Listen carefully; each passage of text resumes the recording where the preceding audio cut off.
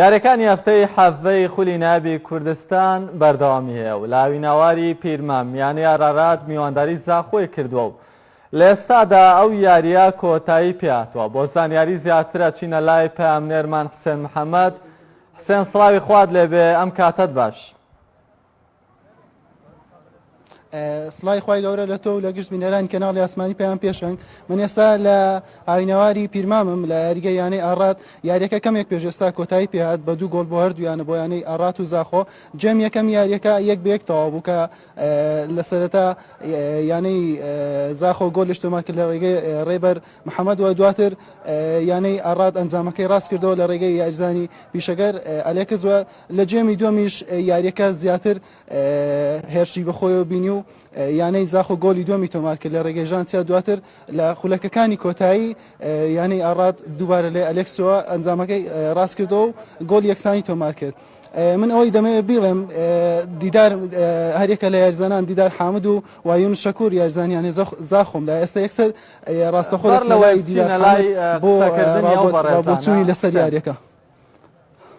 کام لەم دوویانەیە بەم ئەنجامە ڕازین، واتە تا چەند بۆ نمونە ئەو دویانەیە لەو ئەنجامە ڕازین پێشەوەی بچیتە لاو یاریزانان؟ بەڵێ بێگومان ئەنجامەکە بۆ هەردوویانە زۆر باش نییە، بەهۆیەوەی هەردوویانە پێویستیان بە کۆکردنەوەی خاڵە.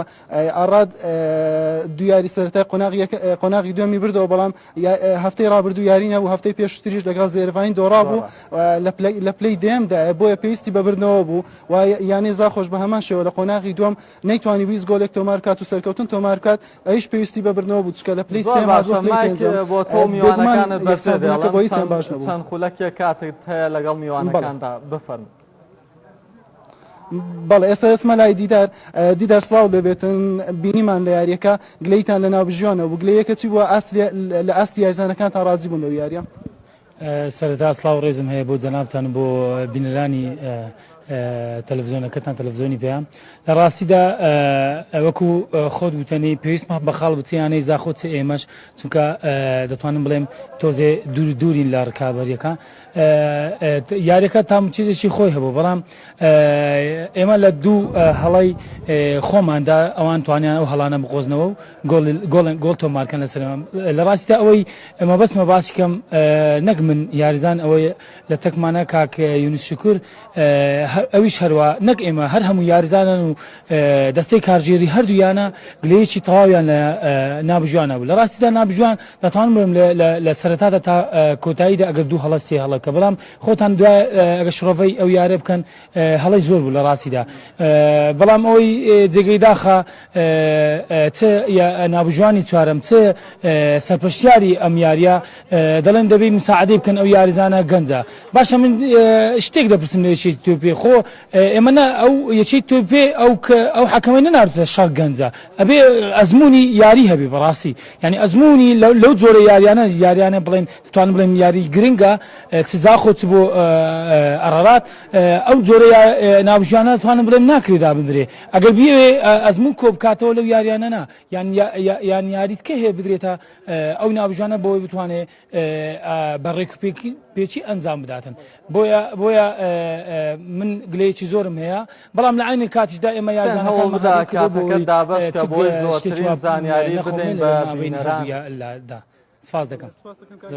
بەڵێ پێشنگ ئێستا ئێسمە لای میوانی دوم کە یونس شەکوورە، ئەگەر یونس لەگەڵم بێتن کاک یونس دواییتان لە ناو یاریگای یانەی ئاراد خاڵێک بەدەست بێن، ئایا ئەو خاڵە بۆ ئێوە بەس بوو کە چەند یاری ڕابردوو نەتوانانی بۆ سەرکەوتن بەدەست بێن و گۆلیش تۆمارکەن لە قۆناغی دووەم؟